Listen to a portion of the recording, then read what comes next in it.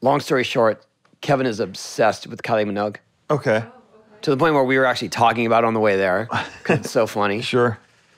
And the next day, he's like, dude, look at Kylie Minogue posts videos of you too. I was like, is that tonight or was that last night? He's like, it couldn't be tonight because it hadn't started tonight. Like, oh, that was last night. She was there. And I was like, where was she sitting? That's where we were. She was in our suite. Oh, no way. He didn't know. Oh, so he's probably flipping out. I know, that's what I said. I was like, dude. I know, I would have saw that. I had no clue that he was fully into her like that. Oh, yeah. I had no clue. Yeah. That's awesome. That's actually another. Yeah, but he can't get over it. That's great. I went out to dinner with him last night. Hey, He's can like, you dude, put I cannot believe it. He's still on. Oh, yeah. It's like, she was right there. Like, touch her hair. I hit up Dave and said, thanks for putting me on the list, but we missed it. But so he said he's going to be back in January. I was like, well, maybe we can. I want to go rectify that. again. It's the craziest. Yeah, it looks. There's a couple people have been sending me stuff about it, and it just looks incredible. That was funny because Mark, we were talking about. I was just talking about the spectacle of it with Mark Mothersbaugh. You know, I mean, I was like, that was amazing. And he's like, I'm not really a U2 fan. Like, it was weird to hear Mark. I liked it. Kind of throw shade out there at all, ever.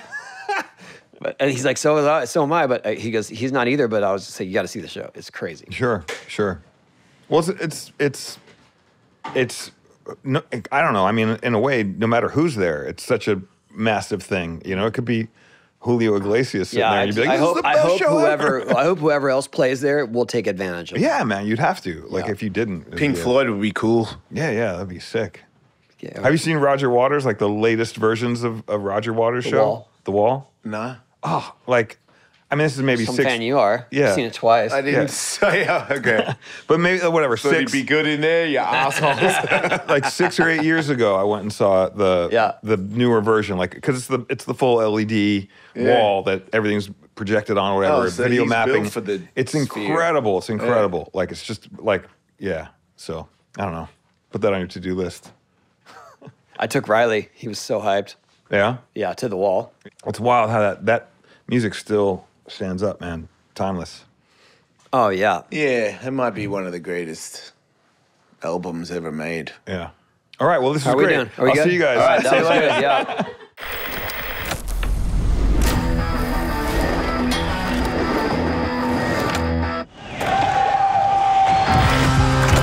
Welcome. Here we go. And I'm not Tony Hawk.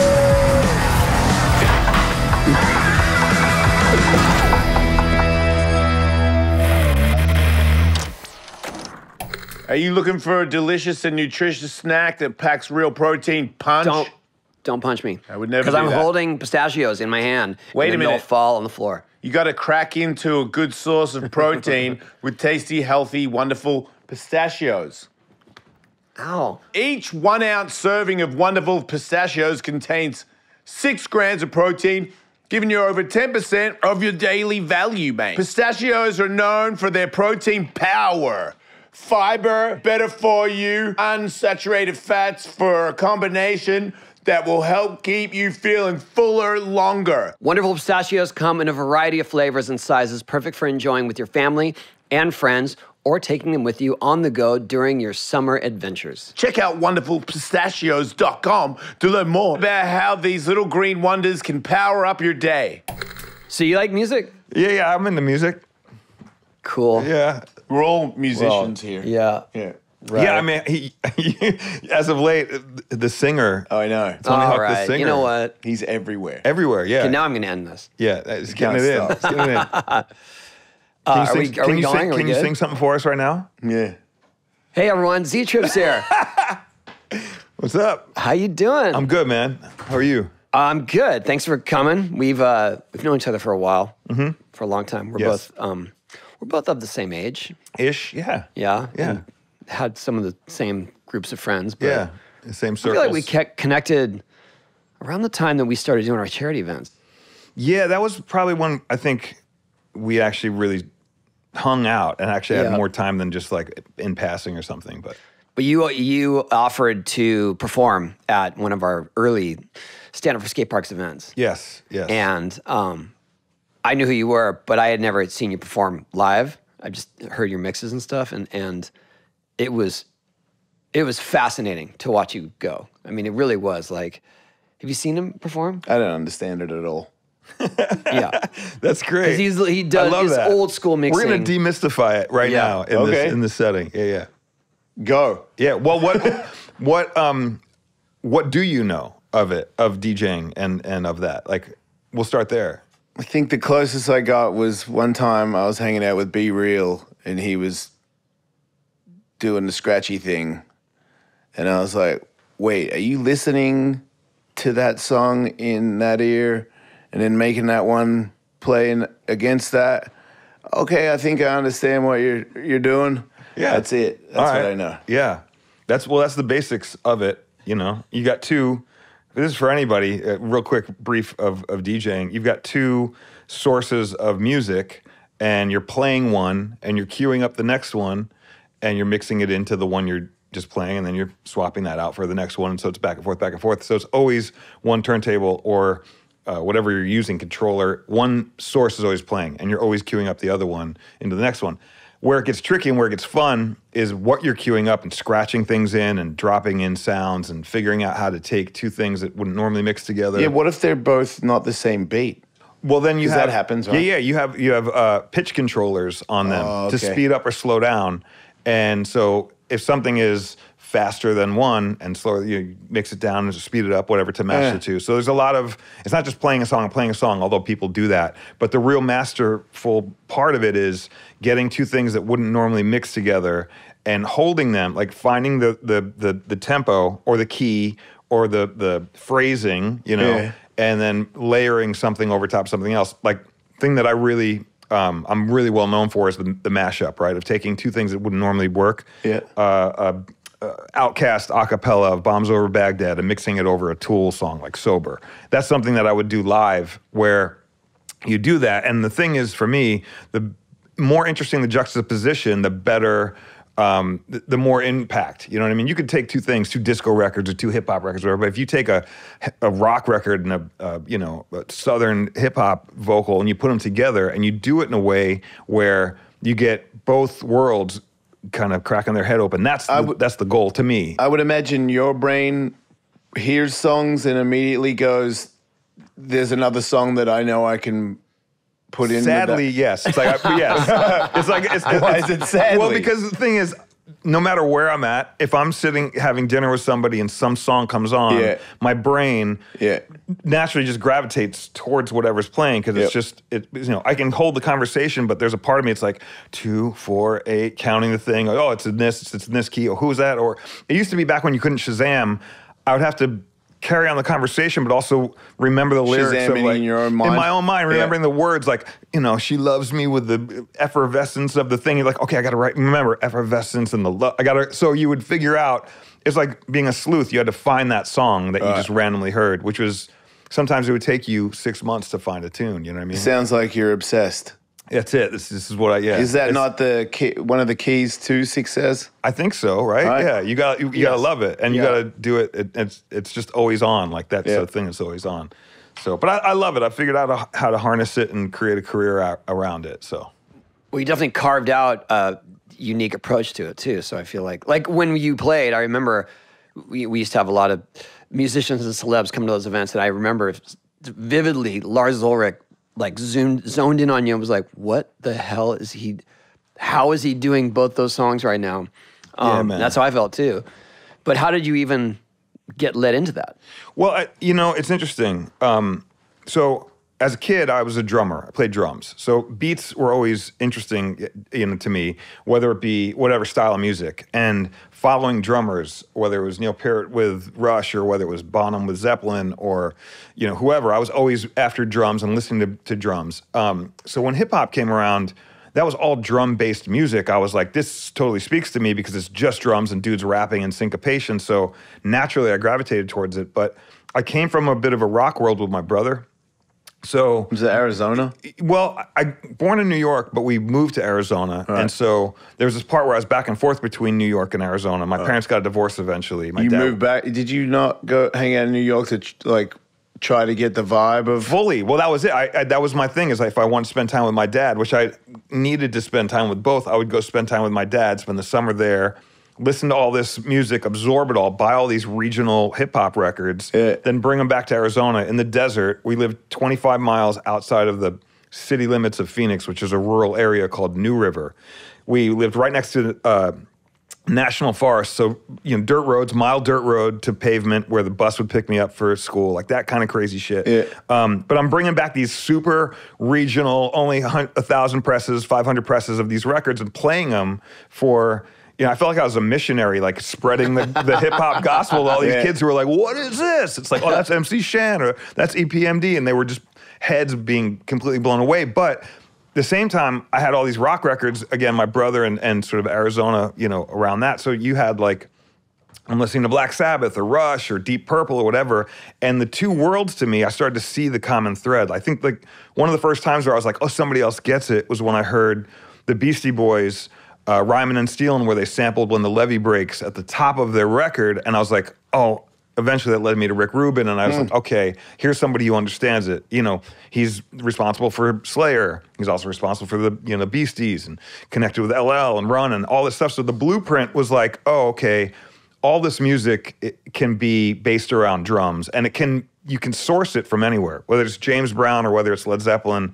To me, it all made sense, and that's how I approached my whole thing was, let's try and it was interesting too, because I always lived in both worlds. I lived in school, I would hang out with the hip hop kids, and I'd also hang out with the stoner rock kids. And I lived in both worlds, and I would always try and get the stoner rock kids to be like, hey man, you should check out this Curtis Blow or this, UTFO record. And they'd be like, hey, cool. And then same thing, I would be sitting with these guys listening to hip hop and be like, you guys up on Pink Floyd at all? Do you know about that? And they'd be like, no. It's so I was always trying to get them to both see what I saw. Yeah. And I think eventually my music style became, how do I get both of these worlds to communicate to each other? Because I see it. So let me spread that. And I think that's sort of how it spawned. You know what I mean? I remember once FUBU came out in America, and I used to go back to Australia once a year, and I discovered FUBU and brought it back to Australia to blow everybody's minds. I was wrong. Yeah. I was gonna say, where is the story going? Yeah. I don't think you didn't set the theme. Look, I don't mind. I bring up some of my favorites, so hopefully somebody can learn from it. Okay. Yeah, that's good. That's good. But at least you tried. I did. Yeah, man. That's what. If matters. I had money, because I was like, Subway's got to come here. Yeah. But I didn't have any money. Right. And then eventually Subway's there, and whoever did that made a lot of money. Yeah. But you had the foresight. That's what matters. I did. I get that. I respect that. And Subway. Together at last. Yes. That's a good juxtaposition. I for sure had Air Force Ones on before anybody, and then they wouldn't let me in the club. Yeah. I was like, these are the coolest shoes ever. And they're like, no, you're a club's always 2 steps behind. Yes. All fashion. Yeah. The club's it's always been that way. Yeah, the craziest one is Vegas with the embroidered thing on the back of your pocket on your jeans. I remember thinking maybe a decade after it was uncool, seeing it again, and I'm like, what? Yeah. In tarnations. Yeah. What happened to you? Why are you, when you put them on, you gotta feel something. Something's off. Oh my God. Why do I have affliction? You know what I mean? No. Yeah. But they can't do it. It's weird. I think it still happens. It probably, I mean, that's always Vegas is and the club, like the gatekeeping at the front is always just a wild thing. We did. I remember in the Huck Jam days, we were there, and they weren't going to let our crew into the foundation room. Yeah, like the Huck Jam, the skaters and the BMXers and the motocross. They're just like, no, look at our shoes, like nah. And then someone was like, hey, that's all those dudes that just performed. Yeah. Right here in the arena. And then we finally got in. Hey, if you want to hear, where'd you get that? This holiday season, Uncommon Goods is your secret weapon. That was my Spicoli. That was really good. Thank you. Uncommon Goods is here to make your holiday shopping stress-free by scouring the globe for the most remarkable and truly unique gifts for everyone on your list. Whether you're shopping for your Secret Santa or your entire family, Uncommon Goods knows exactly what they want. I got a cool mug from these guys the other day, and every time I have a coffee, everyone goes, "Ooh, where'd you get that?" Where'd you get that mug? That's what they say. When you shop at Uncommon Goods, you're supporting artists and small independent businesses. These fine products are often made in small batches, so shop now before they sell out this holiday season. Uncommon Goods looks for products that are high quality, unique, and often handmade or made in the US. They have the most meaningful, out-of-the-ordinary gifts anywhere. From art and jewelry to kitchen, home, and bar, Uncommon Goods has something for everyone. Not the same lackluster gifts that you could find just anywhere. And with every purchase you make at Uncommon Goods, they give back $1 to a nonprofit partner of your choice. They've donated more than $2.5 million to date. To get 15% off your next gift, go to uncommongoods.com/HVW. That's uncommongoods.com/HVW for 15% off. Don't miss out on this limited time offer. Uncommon Goods, we're all out of the ordinary. I gave AG1 a try because I was tired of taking so many supplements and wanted a single solution that supports my entire body and covers my nutrition bases every day. AG1 is a foundational nutrition supplement that supports your body's universal need like gut optimization, stress management, and immune support. Since 2010, AG1 has led to the future of foundational nutrition, continuously refining their formula to create a smarter, better way to elevate your baseline health. AG1 is delicious. If you want to take ownership of your health, it starts with AG1. Try AG1 and get a free 1-year supply of vitamin D3K2. I know what vitamin D is, but 3K2 sounds like it's got more in it. And 5 free AG1 travel packs with your first purchase. Go to drinkag1.com/HVW. That's drinkag1.com/HVW. Check it out. You know what's funny is a rule of thumb. So I had a residency in Vegas for like a little over a year and a half at the Palms. So I got to really experience that. But the thing Is that draining? Was that super draining? It was the most exhausting. Every night? Well, no, I was there. I did like every other weekend. I had a residency there, so I did most of the time, but other people would fill in when I wasn't there. But do you have more respect for Carrot Top after doing that year? Sure. I mean, well, yeah, for the longevity of just like anchoring there. Like that's like, hardcore. It's got to be, right? It's exhausting because, you know, I'll perform all over the world and different shows, different crowds. It's always amazing. You go to a certain region, it's like you go down south or you go East Coast or you go wherever. It's like you have a group of people who live in that region and you sort of get to play around with that vibe. Vegas is just a revolving door. So it's, you know, there's people who are from Vegas, but they don't go to the Strip. They don't go out like that. I mean, normally. So you're dealing with this sort of revolving door where you can never really get a read on like, oh, let's dig into this regional thing or whatever. It's like, no, whatever's hot, whatever, you know, sells bottles, whatever I can do cocaine to and whatever. It's like, that's the norm. And you're like, okay, well, I guess that. So it's funny, for me, it was always a struggle because here I am playing Coachella or Bonnaroo or whatever, and I'm doing my art. I'm fusing these really interesting things together, showing my musicianship and showing my depth of knowledge. And it's like, then I get the gig at the Palms. And while that was also fun, it's always fun to play like hit tunes or whatever, but I realized they don't really care about my nuance of like, oh, check out this Tool and Outcast thing. It's like, play, you know, whatever the hot tune is at the time. Play Britney Spears or whatever. You're like, oh, is the crowd the same every night because they're all from everywhere else? It's kind of the same homogenous energy that just like I would feel like, but it's also but let me tourist energy. Exactly. But you hear though, you have to understand at the time that, you know, me trying to push an agenda, you know, I think even dubstep was creeping in, so I'd try and sprinkle in some of that flavor, and it was just still too new for them. Now, because music has done what it's done, you can go there and do a fully nuanced set and people will still go now. But at the time, at that moment, it was a little bit different because EDM hadn't really broke there. The guys weren't doing Electric Daisy Carnival there yet. It was still like open format kind of energy, which is fun. It was still fun to do. Like, don't get me wrong, I had fun doing it, but I just remember like you get on the flight, go to Burbank or whatever, you get on the flight. Do you stay there? Well, sometimes I would, you know. Do they give you a room? Like yeah. Is it a real good room? It was always a great room, yeah, of course. But the thing, you get on the flight. Of course, that's your line of question. You get on a flight, everyone's like, Vegas, woo, yeah, let's go, whatever. And like, then the flight back, everyone's just crippled, just wrecked, like broke, quiet. You could do your taxes on the flight home. It's just like everyone's like, you know, drooling, wrecked, and that was what it felt like every time was just go rage, come home, and that was the exhausting part for me. It was like I don't really get to do my craft here, and they don't really appreciate that part of it. So I did a little bit, and then I was like, I pulled the ripcord. I'm gone. It seems like if you did that for a really long time, it could alter you for the rest of your life. Yeah, well, some people get addicted to that. Like the money's good, and the commerce part of it is good. But what do you mean? Well, if you're a DJ and you know how to do that, and you get paid good for doing that, and you maybe had aspirations to do like other style or other thing, but that pays the bills, you just get caught in that loop. So there's a lot of DJs I know who are fantastic DJs, but are regulated to just playing whatever the hot tunes are at the moment, and they get paid, and they don't mind it, and that's cool. But I think the dreams and aspirations of breaking out of that and really getting into music, kind of why you got into music in the first place, is broken when you are there, because you're just getting hammered with the same things over and over. It's like doing the same.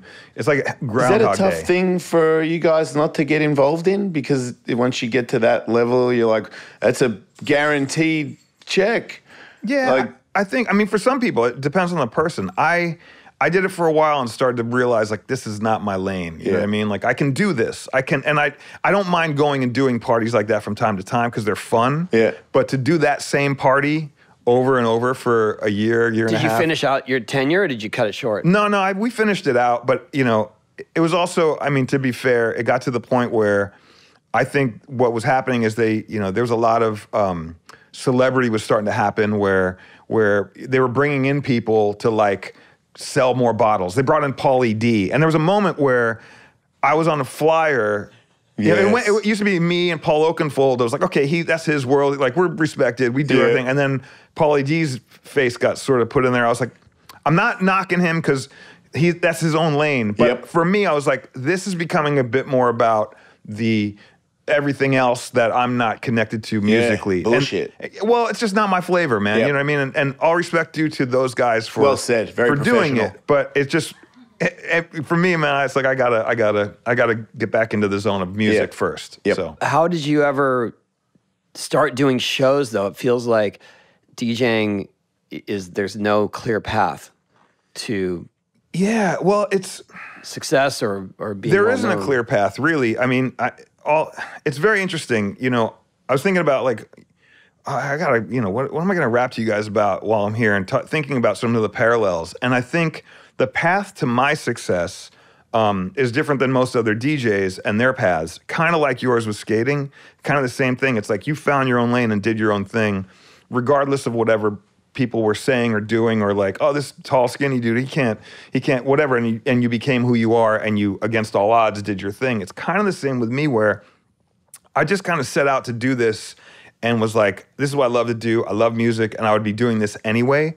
So the fact that I was able to slowly over time find my lane, figure out a way to make a name for myself, get paid, make a living off of it. I'm 33 years into it, but like it started out as, you do all the gigs you could do, just like you probably did all the competitions you could do. You do anything you can do to get noticed, to get recognized. But then at some point, you start to realize I'm just going parallel with all the other people in my contemporaries. How do I break off? And for me, it was very much about, I'm just going to say fuck it and do what's in my heart. And so that was the thing where we would do these shows, or these clubs, I should say, where everyone was playing the same hip hop or music of the day.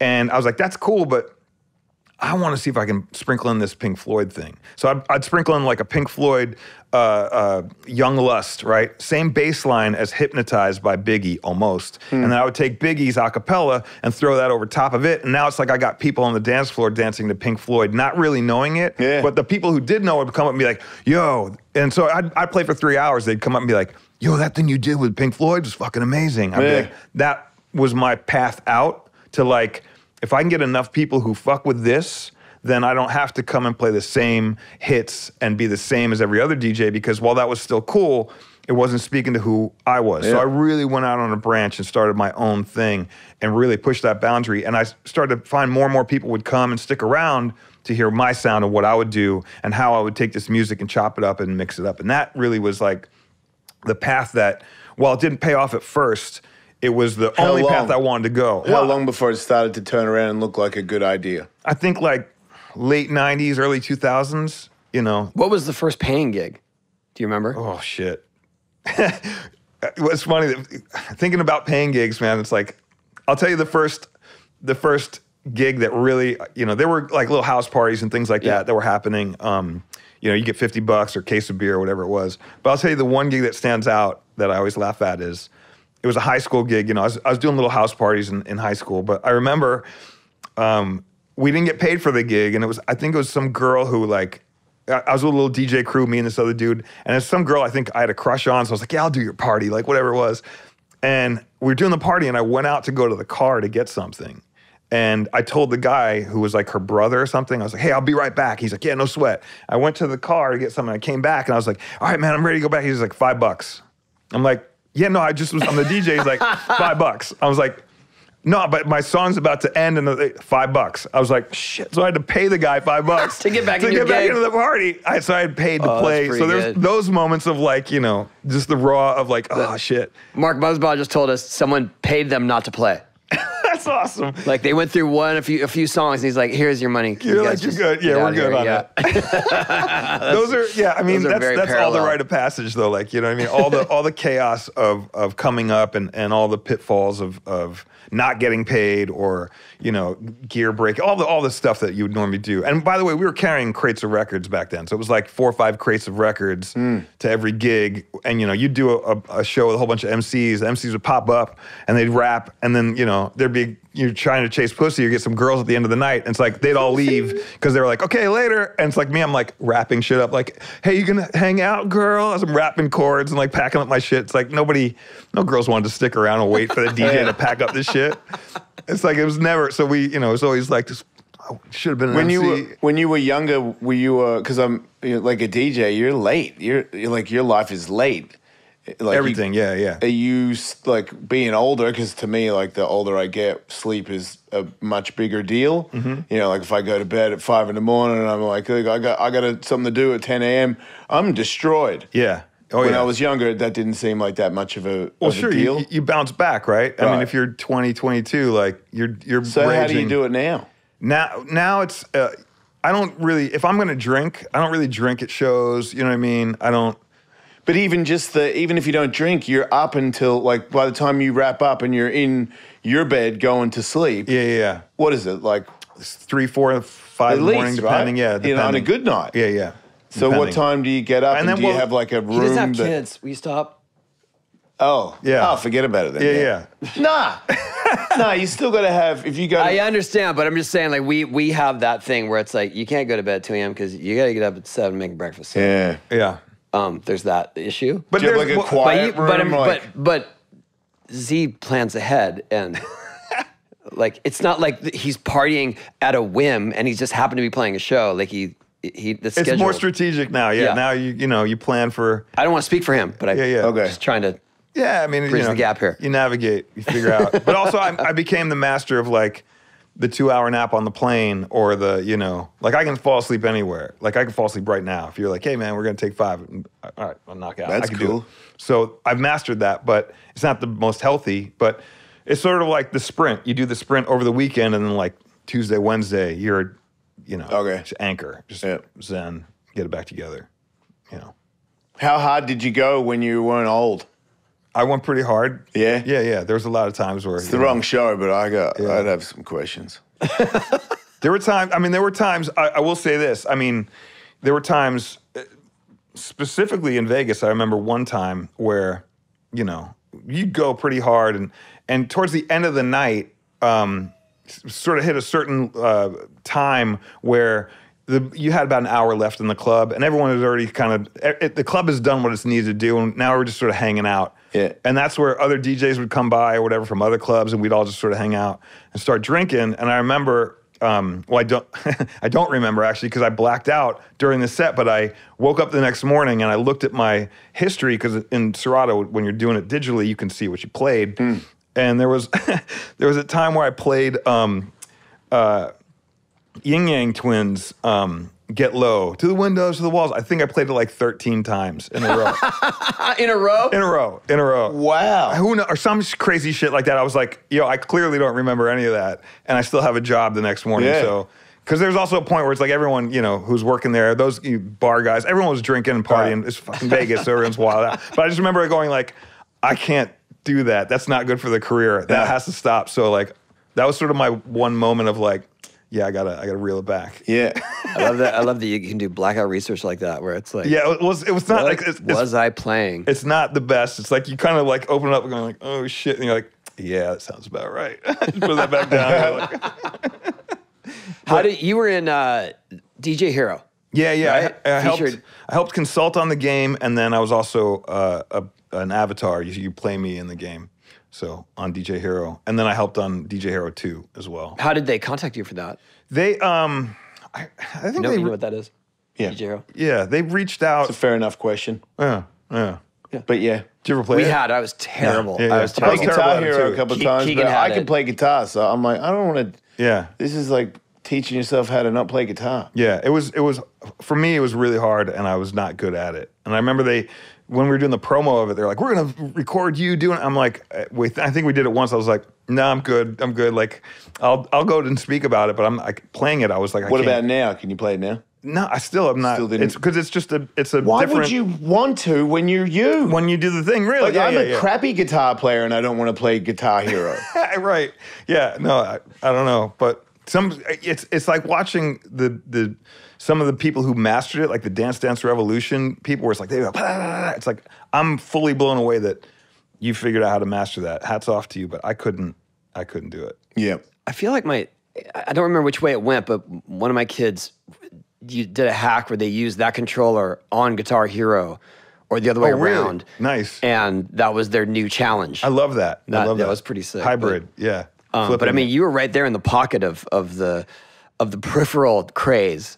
Yeah. So that was a good one. Yeah, it was good. That was a great thing, and it was. Did you feel like your songs represented your style? Yeah, because game? that was because basically they had us do like 3 or 4 songs where it was like, here, you chop it up and we'll emulate that. And I remember I was trying to make it super hard, so I tried to do like one long scratch that was just like going forever and ever and ever, and super extra long. And I remember at some point the programmers were like, hey, we got to talk to you about your track. So that thing, we can't really have it go that long because it's like you can't. So it's like I try to implement Someone's this gonna level. get carpal tunnel. Yeah, I try to implement this level of difficulty. They're like, we can't really program around that to do it like that. I was like, yeah, cool, whatever. But it was fun, man. That was a fun time of just, I always love messing around with things outside of just performing. Like that to me has always been, whether it's video games, whether it's doing music for film, whether it's remixing stuff. Like I've always loved to do things that are outside the box. I did a silent movie. I scored a silent movie live. Harold Lloyd film, Speedy, and then I did another one. I forget the name off the top of my head. But I was contacted by Tribeca Film Festival, and they were like, hey, we have this crazy idea for you to do all the music for a silent film. And so I was like, okay, let me figure out how to sort of tackle this. So I basically watched the film and put together a DJ set that included all the What's moments. it called? Well, there was a Safety Last was one, and Speedy was the other. I did it twice. And yeah, Harold Lloyd. If you're familiar with silent films, like I'm sure you both are, there's the one. Like Big Buster Keaton. Yeah. There's Charlie the one. Chapman. Yeah. So people know some of them. Chapman, even better.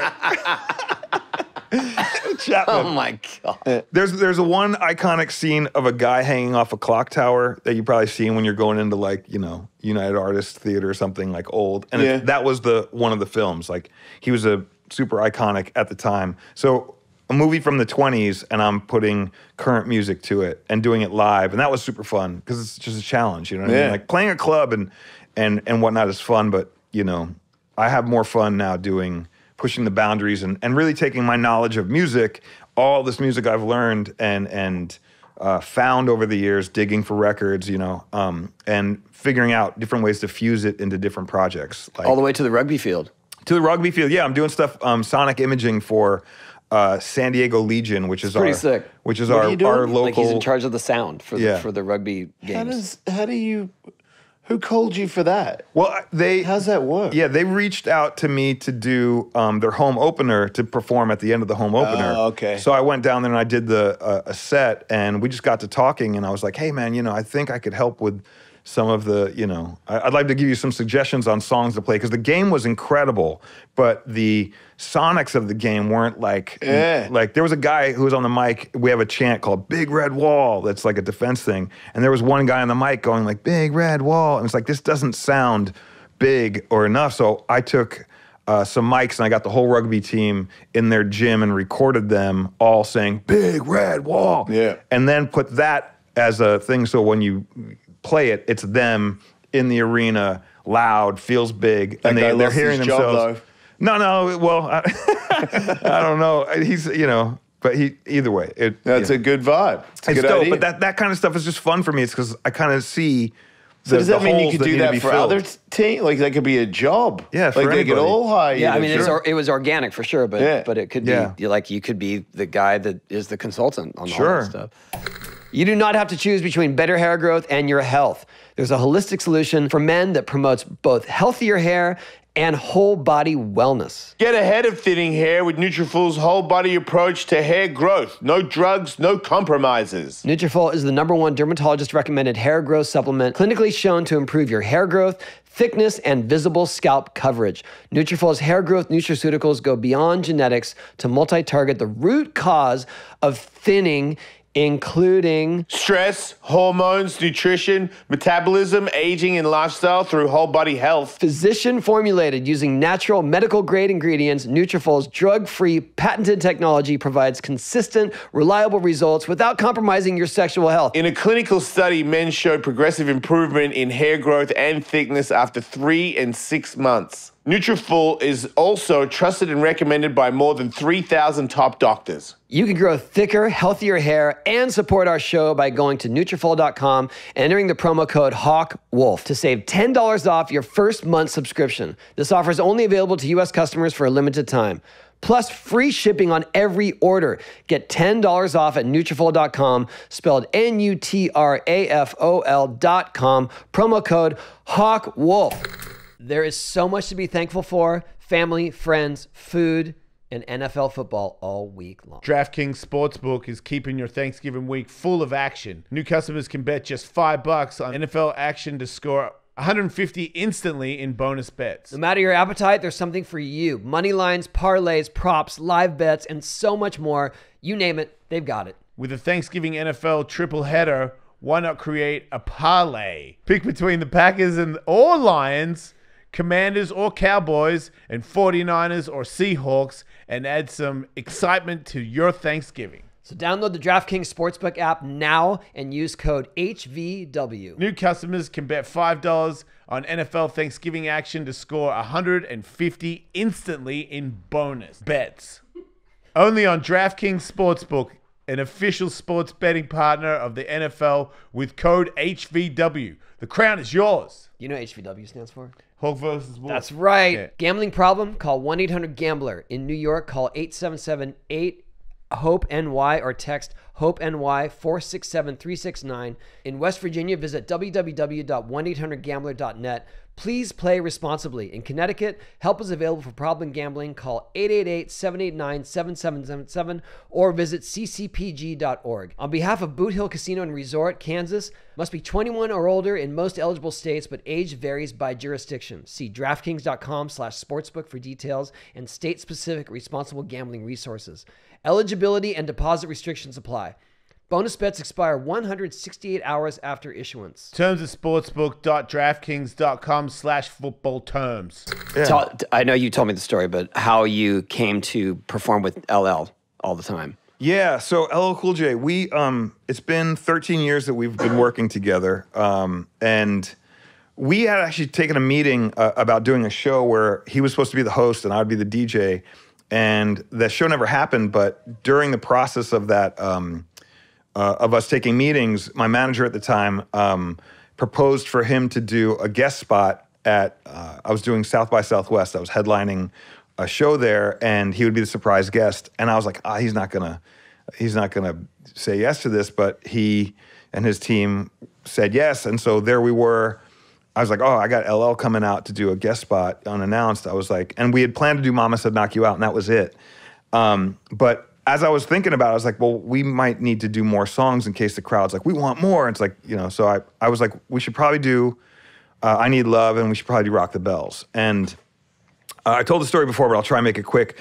Basically, as a DJ, I know that he never released Rock the Bells as a 12-inch with an instrumental on it because it just came out as the 2-track with the vocals on it. So it's the normal version you'd hear on the album. And I started looking at video footage of him over the years performing Rock the Bells, and I never saw a video of him rapping to the instrumental. So I was like, I don't know if he even has a copy of this. So I was like, well, what is Rock the Bells as an instrumental? But wait, how does he do it if he'd be rapping over his actual track, voice track. Which a lot of rappers do when they don't have access to the instrumentals. It's like, this is the track, I got to rap over it. So, and me being a purist, I was like, how can I avoid this? It's like, if I can avoid it, or we can find a workaround, I'd rather do that. So, I was like, what is Rock the Bells? And it's this treble funk sample. It's an 808. I have an 808. The wah is a guitar stab from an AC/DC record. I'm like, I have that record. And so, I sat down. I was like, I could just make this. So I basically remade Rock the Bells as an instrumental. Went to rehearsal. Didn't tell him because I didn't want to assume that we would do the track. But we did Mama Said Knock You Out 4 or 5 times, and we had some extra time in the rehearsal spot. And I was like, let's do Rock the Bells. He's like, all right, let's go. And I launched into it, and he went to rap and didn't hear his vocals there for the first time probably since he made it. Yeah. And it blew him back, and he was like, wait, what else, what did you do? I'm like, I made this. He's like, what else you got on that computer? And I think he saw my work ethic and how I don't fuck around because I'm very serious about it. He's very serious about it. So we did the show. It was incredible. And then we were like, we got to do more of this. And so that led to like us doing a little spot in Vegas, a little thing over here. And 15 minutes turned into 20, turned into a half hour, turned into an hour, turned into us working together still and doing all these incredible things and milestones. Rock and Roll Hall of Fame. I put together a thing for him for the Kennedy Center Honors.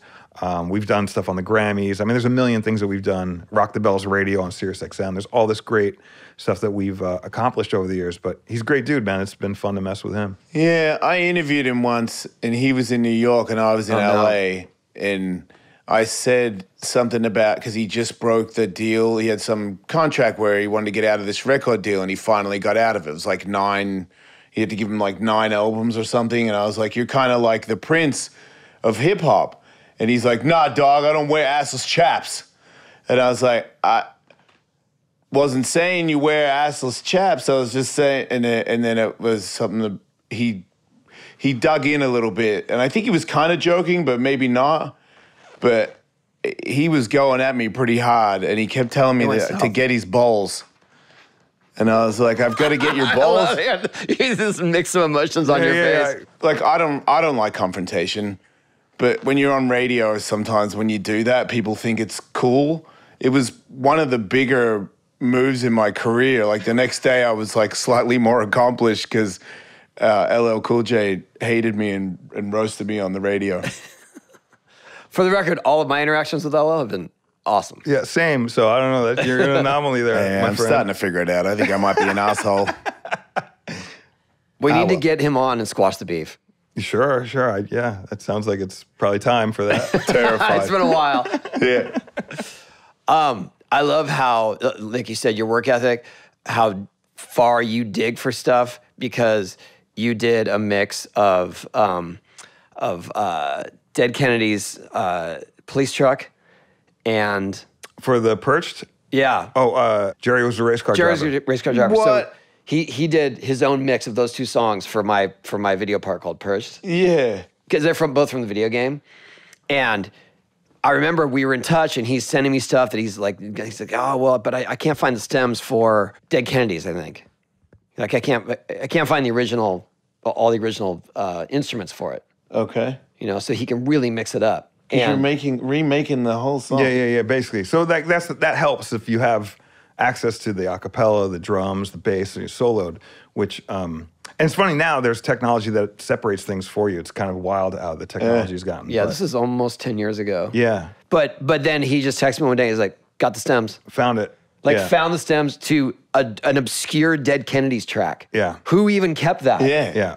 You know what I mean? And then he the level of digging, I think, is sort of what also is part and parcel of how I came up. It's like you had to do the work, you had to find the records, you had to spend the time digging and finding and unearthing these things to have a thing that allowed you to sound different than the next person, right? So that's a big part of who I am and what I do. So in going all over the world, all these different places and finding things and having access and meeting different people, sometimes it's a recording engineer or somebody who, whatever it is, but like there's this like tape trading sort of circuit and people swapping records and music very down here. It's like that I was tapped into that, still am to a degree. And so it's kind of like it takes you sometimes to find something and sometimes you got to trade something for it. But I was able to get access to that and then, remixed it. And so it's funny because again, talking about like pushing boundaries, taking a remix of like a hip hop song or whatever and like mixing it and doing a remix is one thing because that's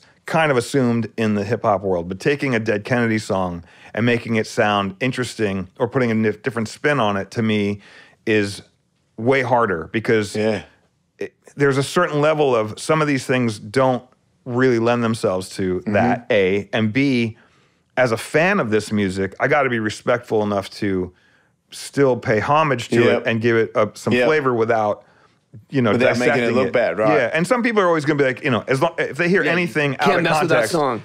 There's people who, anytime they hear anything out of context, they're like, fuck, it's not cool, it's whack. It's like, cool, that's fine, it's not for you. And you can always go back to the original, like, whatever. Yeah. But if you're listening or you care to hear something in a different context, that's where I come in and try and recontextualize things or give them another breath of fresh air. I mean, that's sort of the, unearthing old things for people to sort of reconnect with is always kind of fun for me. When you do all this research and find all these new songs that no one else has done because they haven't looked as hard as you have, do some people just rip you off and try to come in halfway?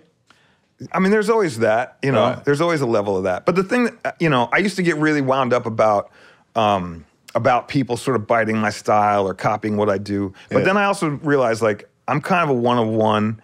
I have my own approach to shit, and I know my flavor is different than these other people, and I have my own sound, so I'm not really worried about it. I used to be worried about that, but I don't even care at this point because I've built a legacy on my own thing, and I also love the fact that while I'm relatively well known in certain circles. And I'm also completely unknown in other circles. I fucking love that. I think it's great. To be able to walk into a room and nobody knows who I am is awesome. Sometimes to be able to walk in a room and everyone knows who I am, also awesome. But I like the fact that because I do what I do, there's still people that are still discovering me right now. I mean, there's probably people who are watching me right now who have no clue who I am or what the fuck I do. And I think that happens every episode I'm on here. He made, when we were on SiriusXM, he came on the show and we were doing it at my office, but you were already on your own. But he did this, best explanation is skate mix, where he found... On the show? On the show. He did it live. He found every song that had any reference to skateboarding in it. Yeah. Deep cuts from the 70s. Yeah. It was crazy. I mean, there was just like, what are you talking? He said, like, there's a song called Skateboard Honeymoon. From the 70s? Yeah. And then he's mixing all in with, with modern stuff. And it was the thing of like, if I'm gonna come on, I'm gonna do the show. And he was like, hey, you want to mix a little bit? I'm like, okay, I could mix, but I'm like, if I can make a set that's based around skateboarding and like custom for this, I'm like, yeah, let me go in. It was like Lupe Fiasco and Jefferson Starship. Yeah. It was really, I got really intense with it because there's some really... Oh, and sounds from 720. Oh yeah, all the 720 video games. Okay, how long did it take you to do something like that? It took me a couple weeks to find it all. And then it's like you got to figure out how to sort of blend it all together to make it make sense. Because you could have all... That's the other thing. It goes back to what you're saying. Like, you could have all the same ingredients in front of you, but I'm going to make a way better dish than that chef. Because my perspective is different. I know the right amount, whatever. So is that. It's like finding it all, then spending time in the dojo, like banging it out. That works, that doesn't work, try this, less of that, more of this. And then get to a point where it's like, okay, I got something that's really dope that no one else can. So, and then flashing somebody with it, like, yo, check this out. And having him and the whole crew be like, what? It's like, yeah. Yeah, I mean, at every turn, I'm like, wait, what? Yeah, man. Yeah. Where'd you get? So it took you, let's say it took you 2 weeks to find the stuff, then to cut it. How long does that take? Well, that's the putting it together is the easy part. The hunting and finding and gathering and like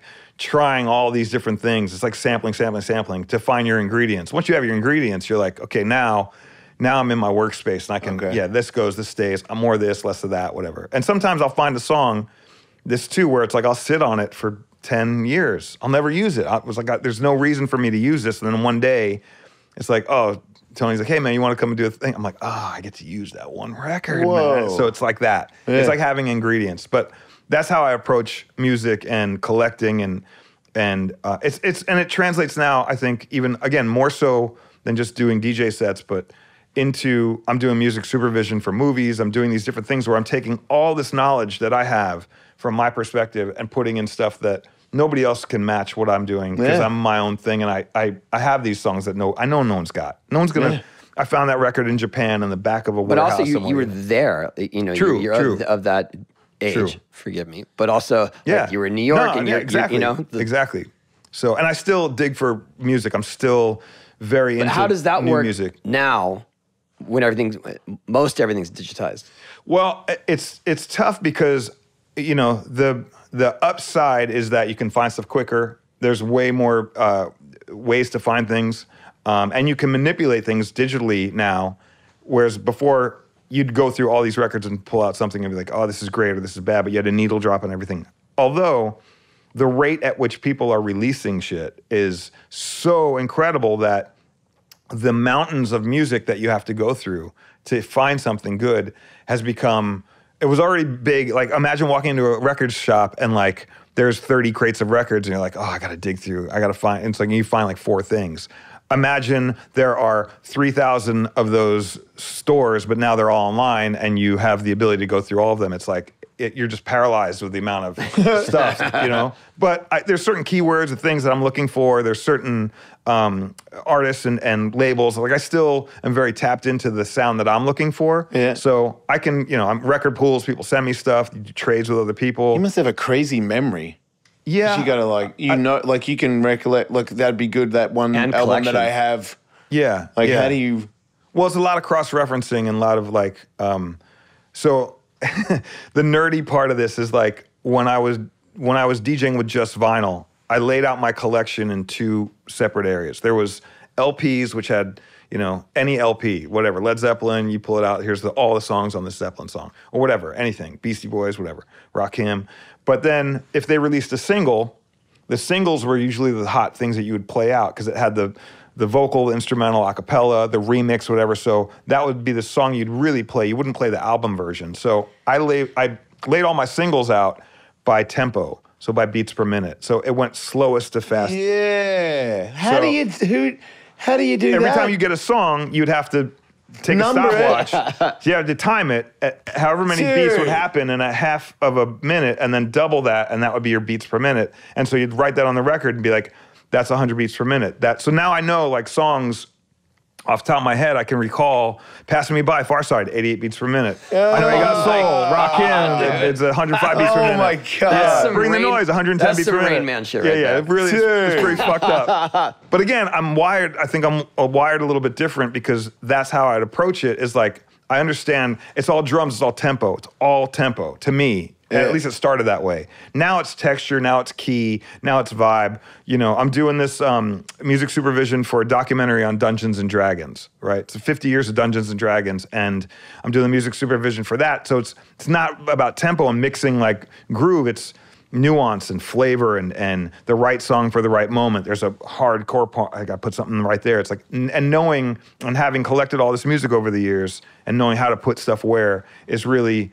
It's like doing a mixtape, you know, but it's a different mixtape. It's a mixtape that has X amount of parameters versus before. So that's why I love that shit. To me, it's a challenge. Anything that going and playing a gig, I can do and I love doing, but going and playing a gig that is specific to a sound or a style and or a project that requires me really digging into my bag and coming and trying to like figure out how do I connect these dots and make it dope. that's what I'm into now, because it's like at this point, it's really kind of, I only want to do shit like that, and I only really take on those kind of jobs and that work. And I'm fortunate enough to be in a position where the calls come in and I can say yes or no to things, which is really great. Yeah. And it keeps me sort of just even keel. You know, I'm stoked on that. Yeah. Very happy about that. I've been to his house a couple of times. There are a lot of records Yeah. in his house Yeah. on display It makes sense. in unlikely places. Yeah, there's a lot. And I try to have a turntable in every room, if not every other room, because I have so many and I have so many records. It's kind of like, you know, so you have, you'll get a kick out of this. I've not told this to anybody, but it seems like the right place for it. But I have, it's funny, because also the universe provides too. I'm a big believer in that. It's like, if I'm looking for something, usually the universe will provide something to me if I'm just patient with it. Like Kylie Minogue. Yeah, like Kylie Minogue. Yeah. That's a great story still, by the way. I'm still blown away over that. But so I have in the downstairs, we have a bathroom, and there's, for whatever reason, behind the toilet, there's like this area that was just this spot. It's about as big as this coffee table. And I was like, I should probably put a turntable in here, right? It's like, put a speaker. So say you need to go to the bathroom, there's people around, and you're like, I'm gonna be loud, put on a record, right? So it's like, cool, it disguises the sound. Yeah, man. Right? But here's the best part about it. I was like, I need to find some records to put in here. Like, what do you play? What's the song you play? Poopy beats. No. Well, yes, but no. I'm going through my collection. I'm like, and I'm literally in another room looking for records. I'm like, I'll just find a couple that speak to me. And I was like, that's too hardcore. That's too soft. That's too, and I pulled out a Tears for Fears record, and I was like, this is it. This is the only one. In fact, this is the only record. And the record is Songs from the Big Chair. Yeah. And so it's sitting right there. You go in, Songs from the Big Chair. What is the first song? Shout. Let it all out. These are the things I can do without. Wow. I was like, that's the perfect fucking song. We used to actually That's a perfect sing, song. Yeah. My friend and I used to sing that song as shit. Shit, let it all out. So Well, now you've got a place to finally. record that. Nothing worse than you got to do like Yeah, a man. bit of a fart poopy, and you got a date in the house, and you got to go to the bathroom, and they it's can like, hear it and through put the- a movie on that's loud. I mean, I feel and like turn the tap on. it's just as suspicious that you're blasting Tears for Fears out of the bathroom, but Yeah. who am I to say? I don't know. I feel I like guess it's not weird at your house. Yeah, no, there's music in every room. So Yeah, it's like, yeah. But now I know if someone's playing Shout, I know it's going out. I know it's happening. We did a thing. He performed at Stand Up for Skate Parks on the deck. Yeah. And then his table was right there, even with coping. Yeah. So we were doing like bonus ones and Yeah. on his deck. And then we turned that into a thing at the Wonderfront Festival in San Diego, where he was part of the demo, providing the music, but also being an obstacle on the ramp. The photos are It was incredible. pretty sick. Yeah. Like, where was he on the ramp for that demo? In the corner. In the corner, table is right even with the coping. So if we go to that corner, you could do tricks on his table. you have to, Yeah. because it's in your way. Yeah. Oh, wow. Yeah. It's the best. It's at the end of Perched was when we that was almost like our litmus test. Yeah, Because so- at the end of Perched, we did a thing where we recreated that, where he comes up and does some stuff on That was the catalyst where Yeah. he set his thing up, and I'll just do like I did a cab pivot on his table, Yeah. and then it was like, well, that'd be kind of sick. But the reason I'm bringing it up is because in that moment you started figuring out what is the BPM of vert. Yeah. What is the how long what? does it? How long does The it beats take per minute. How many wow. beats does it take for him to go from here to here? Yeah. and then back. And then what music to play that matches that. Yeah. So That's just the way my brain works. it was next level. So when we did Wonderfront, it was a kind of a bummer because they set us up on a stage that was way out, away from everything. No one could find us, but it was like the best thing that no one saw. And he was doing that. We had Suicidal Tendencies playing. X. Yeah, yeah. X. It was incredible. Vandals. Like, it was amazing. Yeah. And just to a very small crowd. But the whole thing is that he even went that distance to I love figure that out shit. what is the But rhythm of Yeah, vert that I what can is mix the in. answer to that? Well, I think if I remember correctly, it was around 85 beats per minute was sort of like the pocket, but it would fluctuate depending on who's skating. Trick. You know, if Elliot Sloan's doing something, he's a little bit faster. If Andy McDonald's doing it, so I started to understand each person's pace. Oh my God, dude. It's super nerd shit. He read everybody's sick. So crazy. But the thing is also you got to understand, like, I hold that in high honor as well, because when we first did the first demo where I was DJing, I remember I was like off to the side. I couldn't really see people skate. I'm like, I'm just sort of playing background music. I'm not. The two worlds aren't speaking. And I remember saying, like, if I get up on the deck, man, I could see you guys, then I could play the right tunes. And so when that happened, we started to figure out how to, I started to tap in more, and I felt like the sets got better and they would skate better, and just sort of the energy. But then we started figuring out all the nuances of, like, oh, you know what? When they come up and do something, the table would sort of nudge back because they'd push off of it. And it's like, oh, we got to drill 2x4s down to keep the table placed. And then I'm also doing it digitally, so I'm not worried about, you know, needles skipping or anything because it's all digital. The only thing is the laptop. It's like, that's the only concern. But there were a couple times with, you know, skateboards go flying, whatever, it's part of the thing. But we did it over a few times where we figured out how to nail it. And now I'm like, to know that I'm up there, I'm with these guys, I'm taking it very seriously. I'm not just up there like jerking around, like, hey, firing off shit. It's like, no, I'm paying attention because I'm fusing myself into that, because it matters to me that I can provide them with the best possible situation to ride. And also curveballs too. It's like every so often I'll throw on these certain songs where it's like, I also want to fuck with them a little bit too. Like, you see us all go like, what was that? Yeah, so it's because it's fun to me, because I don't know any other DJ that's ever done that. So it's like I'm breaking new ground, so I got to set the tone. Hell yeah, you are. I've never heard of that. Yeah. You can do it again? I'd love. Yeah, I mean, of course. We have sounds to like such a good idea. Yeah. Well, like I said, we had this window of opportunity, and it was awesome. I still get people that came like, dude, I went to that thing. That was the most unreal. It's so great. Like, concert. No one was around. Like, we saw these bands. That was amazing. Yeah, that was a very special thing.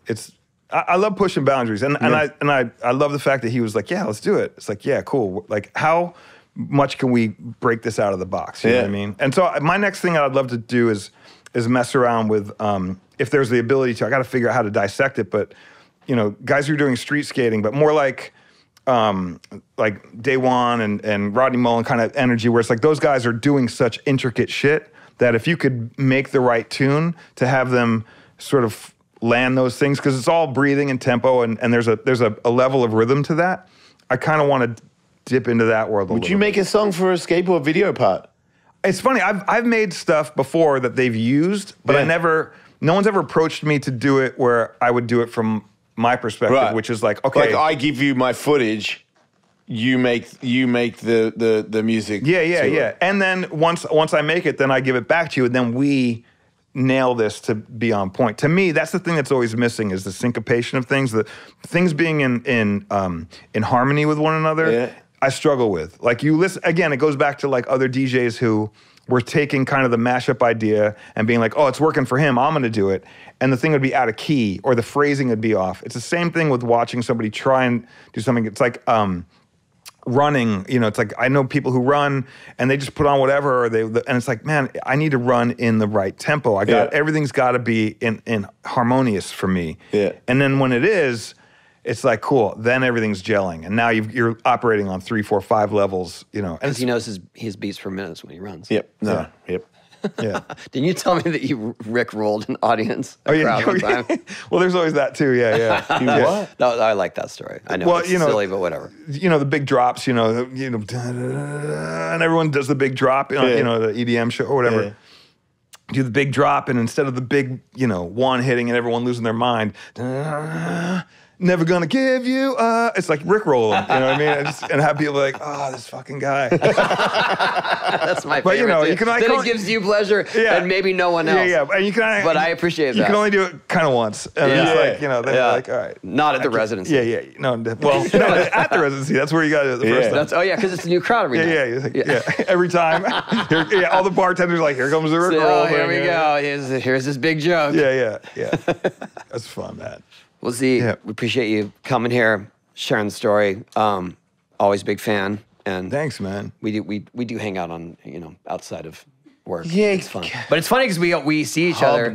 We live nearby each other, and we see each other more on the road. Yeah, and more. Can you do it? What? Use the turntables. No, You've never tried? never tried. I'd watch you do that. We should try and reverse it, like where I. But I mean, That would be a very niche audience. Yeah. just for us. It Just for might us. be just me. Yeah, it might be Yeah. just us. Yeah. No, that's to have you spin while I skate. But Yeah. my skating skills are, I skate a Chop little swap. bit. Let's go. Yeah, but I'm. That's a terrible idea, but I'll watch it. Yeah, it'd take us a lot of practicing. I'd have to really get my chops up. No practice. Just I go. just put on the extended version of Burning Inside. It's like 7 minutes long, and Yeah. That's sounds like things perfect. are coming in and out. And We'll find it. We'll find the rhythm. You gotta throw a scratchy. all right, Z Yo. Trip. Yeah, man. Go Thank check you out guys his for stuff. having me. Your skate mix. You have it, right? Oh yeah, so that's it's floating around. I mean, this is like 10 years ago, and I know it's. But we gotta like play it somewhere here on the way out. Oh yeah. I'll give it to you. That's our outro. Okay. Is your skate mix? Yeah, That's what's coming. I brought a whole bunch of stuff. So they're too. gonna like fade our voices right now. Like and then just describe. lean into that. Like and describe. Yeah. Or die.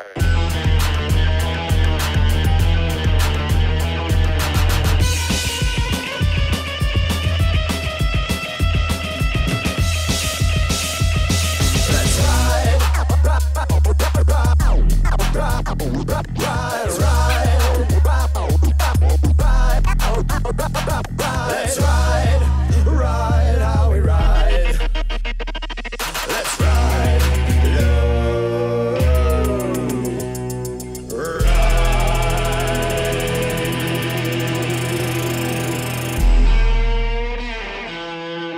Hey, good choice, kids. You're gonna love it.